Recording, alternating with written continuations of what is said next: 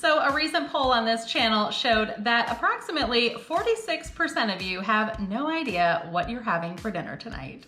And I think there is one central reason that we have all of these barriers to getting dinner on the table for our family, and that is clutter. Having way too much stuff slows us down in so many different ways. And so today we are going to talk all about how you can be clutter-free in January. Now, I have a great illustration that I think will help put this into perspective, especially if you have young children at home. You are, I'm sure, familiar with this story, if you give a mouse a cookie. Now, just like in the story, we too can fall into the shenanigans of one thing after another as we strive to try and put dinner on the table. But whether it's meal planning or unrealistic expectations, uncooperative kids, not really having any groceries in our house, or the ridiculous amount of dishes that are backed up in the sink, one thing can lead to another, and all of a sudden we're in the cycle of what's for dinner? I have no idea. And isn't that just a miserable place to be? Let's not be in that place anymore. So today we are gonna talk about a few tips and tricks that you can use to declutter your kitchen and help you get a little bit more of a hot meal on the table. Now, when it comes to these barriers, they really can contribute to one another. We wouldn't think that dishes and meal planning had anything in common, but the fact of the matter is, they really do. If we have 25 plates and it takes us 3 hours to wash them, that's 3 hours that we don't have to devote to meal planning so that we can get a better grocery list and make sure that we have the things that we need to in our house to actually cook good meals. Now, some of these barriers may not have anything to do with your kitchen, and that's okay.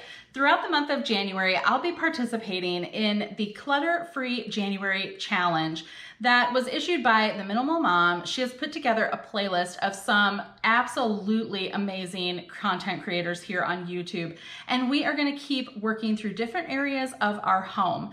You can find a link to the playlist in the description of this video, or maybe you're already in the playlist and this is the first time we've met. If that's the case, I'm Mary Beth with At What Cost, where we are learning to apply God's truths to our everyday lives.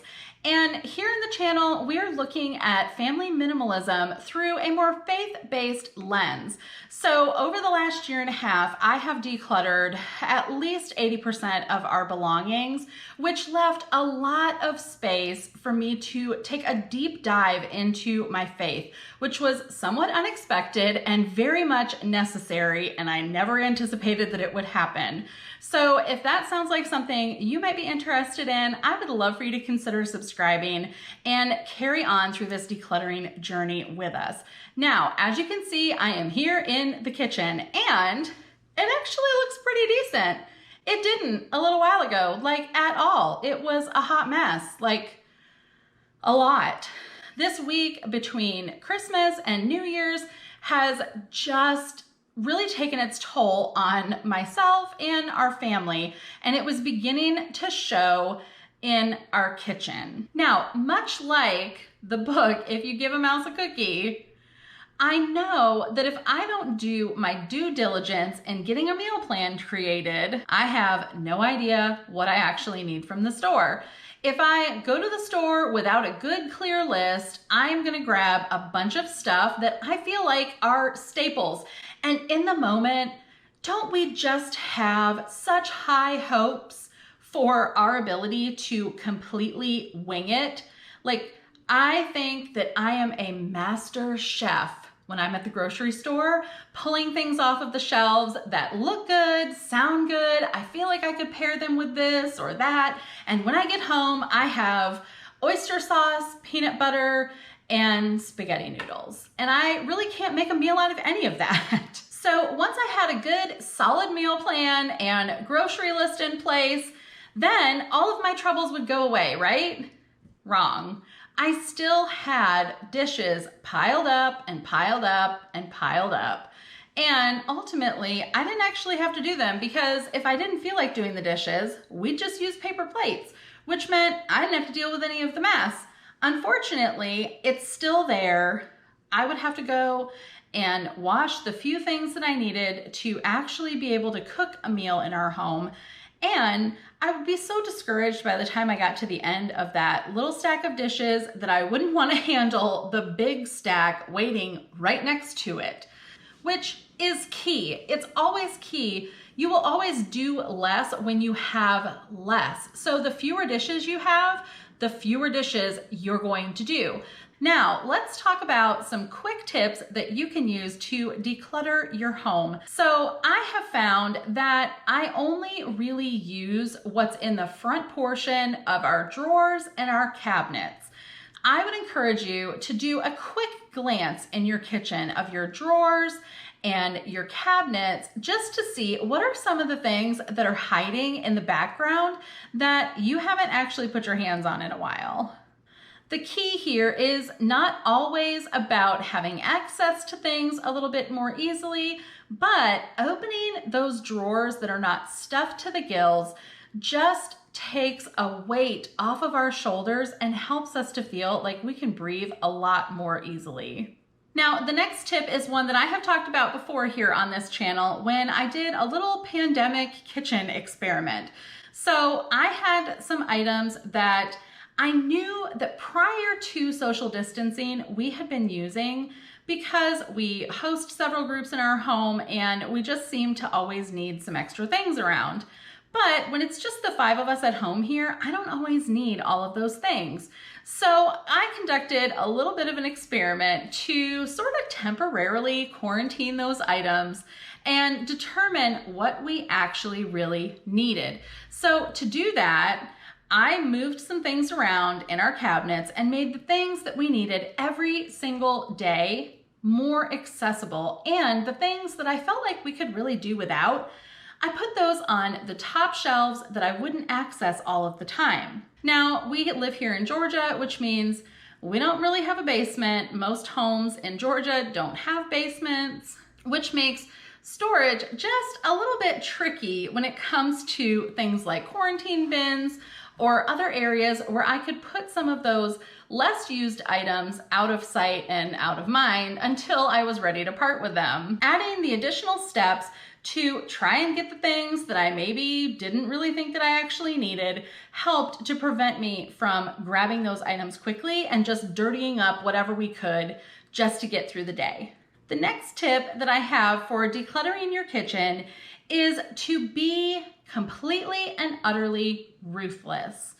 The thing that made working in our kitchen so much easier after I decluttered was that I did a bulk of the decluttering when I had time to do it. So if I was off during the weekend and someone could come and watch my kids, or even better, everybody could kind of get out of the house for just a little while and I could have free reign in decluttering, I got so much work done and it made everything on the back end that much easier. Now, some of those things they were a little hard to part with, but after a while, I had built up some decluttering muscles, and when it was time to do a purge, I was ready. Now, I mentioned earlier that I love to camp out in the Unrealistic Expectations boat. So I love the idea of making Pinterest perfect dinners for my family, things like sandwiches out of like butterfly cookie cutters and things like that. And although there are some moms who are really awesome at that kind of stuff, and if I had a little bit different season of life right now, I may be too. But working full-time, having 3 boys, 2 of whom have special needs, working a full-time job, having a husband, teaching Bible study, and of course, creating content on YouTube, I'm not making butterfly sandwiches for anybody. But if I go into my meal planning and my grocery shopping with that expectation that I'm gonna have all of these wonderful meals, I get everything for it, and then it never fails. I'm late getting done with my work, my husband's late coming home, something happens, and before I know it, Our 15-minute meal is more like a 45-minute long battle that I have barely scraped through. And again, I'm too tired to clean up. And so having these unrealistic expectations about what I could actually do as a mother and in the season of life that I'm in, it just set me up for failure even more. Now, along with decluttering, and this is going to be true for any area of our home, we have to be willing to accept reality. Much like I said in my unrealistic expectations of myself, if I'm hanging on to things because I would like to do these things someday, I really am just punishing myself by hanging on to stuff that every time I look at is just going to make me feel bad that I'm not actually using it. So really, accepting reality is a difficult thing. We may not want to face this, but it is crucial in understanding how best our system needs to function in our kitchens so that we can keep the ball rolling. Because just like we saw with Give a Mouse a Cookie, this is a domino effect that culminates in whether or not we can actually get dinner on the table. So part of accepting reality may mean that this month is not the best month for us to start Whole30. In fact, we may have to suffer through some frozen pizzas until we get things a little caught up. And it will be okay. All of that will be okay. We'll get to a point where we have a lot less to manage and we have more time for the things that are important to us. Just think what you could do with 3 hours that you didn't spend doing dishes. What could you accomplish? If that isn't exciting, I don't know what is. Now, all of this decluttering may get just a little overwhelming, and that's okay. This is the time when we want to rely fully on God's grace and remember that He has uniquely created us for this very task. As we are struggling to get dinner on the table, keeping our kitchens clean, and all of the things that we have talked about today, this really is an opportunity for us to do what we were created to do, and that is to bring order out of chaos. So all of the things that you may be faced with today in your kitchen as you begin to declutter, and some of the things that you may find along the way, remember that you were created uniquely for this very task, that all of the things of this world are temporary. Although they may feel very important in the moment, are all but a whisper in the grand timeline of God's eternal truth. So remember throughout this process to pray, to ask God for guidance and for support during this process, to remember that you have the Holy Spirit dwelling within you to give you encouragement and strength to finish this race well. And just remember, the more chaos that we have in our kitchen, the more we're able to bring order to it, and those dirty dishes, friend, turn into job security. I hope that you have found some encouragement today in this video. Be sure to check out the other content creators in this playlist. Bonus tip, if you are struggling with uncooperative children or just keeping your kids busy in general, go check out Work Life Glue. I am a little bit obsessed with her channel lately. There is a ton of great activities that she has come up with to help keep your kids busy so that you can stay productive and accomplish the things that you want to accomplish. So be sure to head on over to that channel and to check out the rest of the YouTubers in this playlist, because I'm telling you friends, it is incredible. And I am so excited to be a part of this. So if you have not yet subscribed, I would love for you to do so. And if you want to keep watching videos in this playlist, you can click the link right here. Thanks for stopping by, and I'll see you in the next one.